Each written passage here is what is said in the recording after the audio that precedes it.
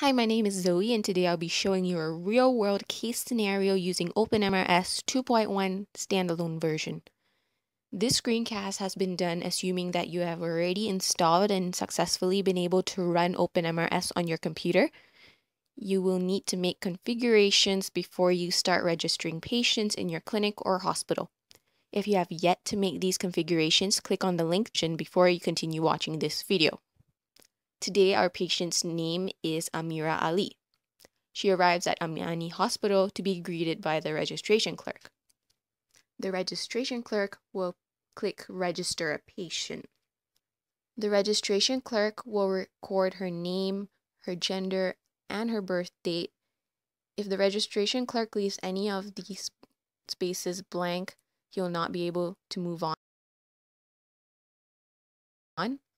Her address for demographic reasons, so that the clinic knows about their visitors and their demographics.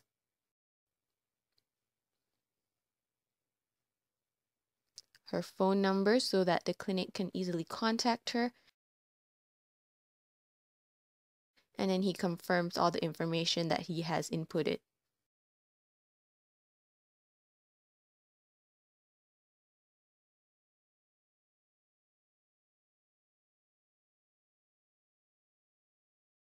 Next, Amira will be attended to by the nurse, who is located in the outpatient clinic. The nurse can find Amira's records by using her OpenMRS ID or by typing in her name. Once the records are found, the nurse will start Amira's visit.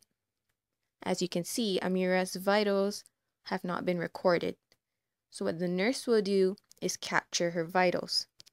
The vitals recorded include height, weight, a calculated BMI, her temperature, pulse, respiratory rate, blood pressure level, and blood oxygen saturation. The nurse is not required to fill in all the details, and she can still move on if one or more are left blank. Next, Amira is passed to the doctor. The doctor will click on Visit Notes and write his observations. The doctor examines Amira and looks at her vitals recorded by the nurse. He asks Amira questions about symptoms she may be experiencing. He also asks if she has any known allergies to any medications and administers antibiotics without delay.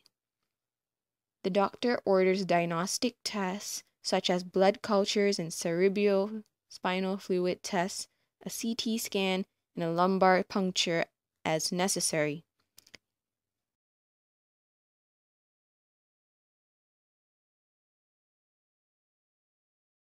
After writing his clinical notes, he adds a presumed diagnosis of meningitis.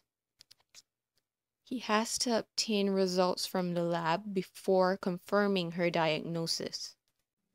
The doctor records that Amira has no known allergies, so that medication can be administered more easily. The doctor then admits her to the inpatient. Because meningitis is contagious, the doctor admits her to the isolation ward, where Amira will stay until her diagnosis is confirmed and the course of treatment is established. After her condition has stabilized, the doctor will transfer Amira from the isolation ward to the inpatient ward, where she will be monitored, and after she has recovered, she will be discharged from Amani Hospital. Once that is done, Amira's visit will be ended. So that's it. That was a real-world case scenario using OpenMRS 2.1 standalone.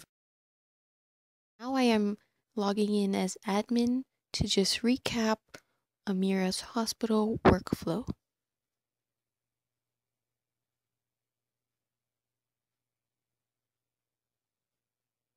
I locate her patient record. I can select visits today to see her hospital flow. You can see that her vitals were recorded by a nurse, her visit note by a doctor, and admitted by the doctor. If you have any questions, just leave it as a comment below. Thanks for watching.